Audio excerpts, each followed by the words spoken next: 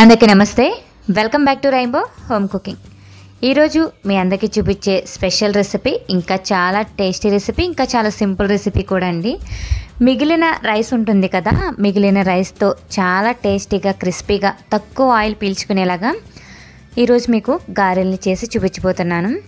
Taste అయితే చాలా బాగుంటుందండి. అసలు మినప్పిండి గారెల కంటే కూడా ఈ గారెల టేస్ట్ చాలా బాగుంటుంది. ఇప్పుడు మీ అందరికీ సింపుల్గా ఎలా చేసుకోవాలో చేసి చూపిస్తాను. మిగిలిపోయిన రైస్ ఉంటుంది కదండి, నేను 2 కప్పుల రైస్ని తీసుకున్నాను. ఈ రైస్ని మిక్సీ జార్లో వేసేసుకోవాలి. రైస్ మెత్తగా ఉన్నా కూడా పర్లేదండి, ఒక్కొక్కసారి రైస్ మెత్తగా అయిపోతుంది కదా, అలాంటి రైస్తో కూడా చేసుకోవచ్చు. దీనిలో 1 కప్పు పెరుగుని యాడ్ చేసుకోవాలి. పెరుగు లైట్ పులుపు ఉండేలాగా చూసుకోండి. ఒకసారి మిక్సీ పట్టేసుకోవాలి. ఇలా మిక్సీ పట్టుకున్న తర్వాత దీన్ని ఒక మిక్సింగ్ బౌల్లోకి తీసుకోవాలి. తర్వాత దీనిలో 1 కప్పు బొంబాయి రవ్వని యాడ్ చేసుకోవాలి. 1 కప్పు పెరుగు వేసేసుకున్నాను కాబట్టి 1 కప్పు బొంబాయి రవ్వను కూడా యాడ్ చేసేసుకున్నాను. పెరుగు తగ్గించుకుని వేసుకుంటే బొంబాయి రవ్వ కూడా తగ్గించుకుని వేసుకోండి.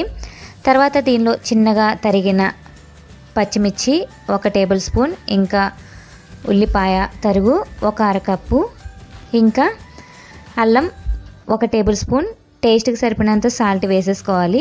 మొత్తం అంతా బాగా కలిపేసుకోవాలి. పిండి గారెల పిండిలాగా ఉండాలి. బాగా గట్టిగా అవసరం లేదండి, కొంచెం ఇలా ఉంటే బాగుంటుంది. మరీ గట్టిగా ఉన్న గారెలు బాగా గట్టిగా వస్తాయి. ఈ విధంగా కలిపేసుకుని మూత పెట్టుకోవాలి. పిండి మీకు పల్చగా అనిపిస్తే దీనిలో 2 టేబుల్ స్పూన్ల వరకు బియ్య పిండిని యాడ్ చేసుకోవచ్చు. 20 నిమిషాలు ఈ పిండిని ఇలా నానబెట్టుకోవాలి, లేదా 15 నిమిషాలైనా సరిపోతుంది, ఎక్కువ నానబెట్టని అవసరం లేదు. 20 నిమిషాల తర్వాత గారెల్ని ఆయిల్లో వేసుకుని ఫ్రై చేసుకోవాలి. ఇలా నేను చేత్తో ఈజీగా వేసేస్తాను. మీకు కావాలంటే ఇలా ఆయిల్ ప్యాకెట్ కానీ లేదా ఒక కవర్ కానీ తీసుకుని ఈ విధంగా గారెల్ని వేసుకోండి. ఇవి కలర్ వచ్చేంత వరకు కూడా ఫ్రై చేసుకోవాలి.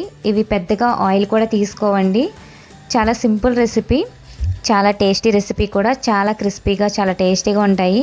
మినప్పిండి గారెల కంటే కూడా చాలా టేస్టీగా ఉంటాయండి. ఎప్పుడైనా మనకి రైస్ మెత్తగా అయిపోయి ఒక్కొక్కసారి మిగిలిపోతూ ఉంటుంది కదా, అలా రైస్తో ఇలా గారెల్ని వేసి చూడండి, క్రిస్పీగా చాలా టేస్టీగా వస్తాయి. మీరు కూడా ఒకసారి ఈ రెసిపీని ట్రై చేసి చూడండి. Thanks for watching.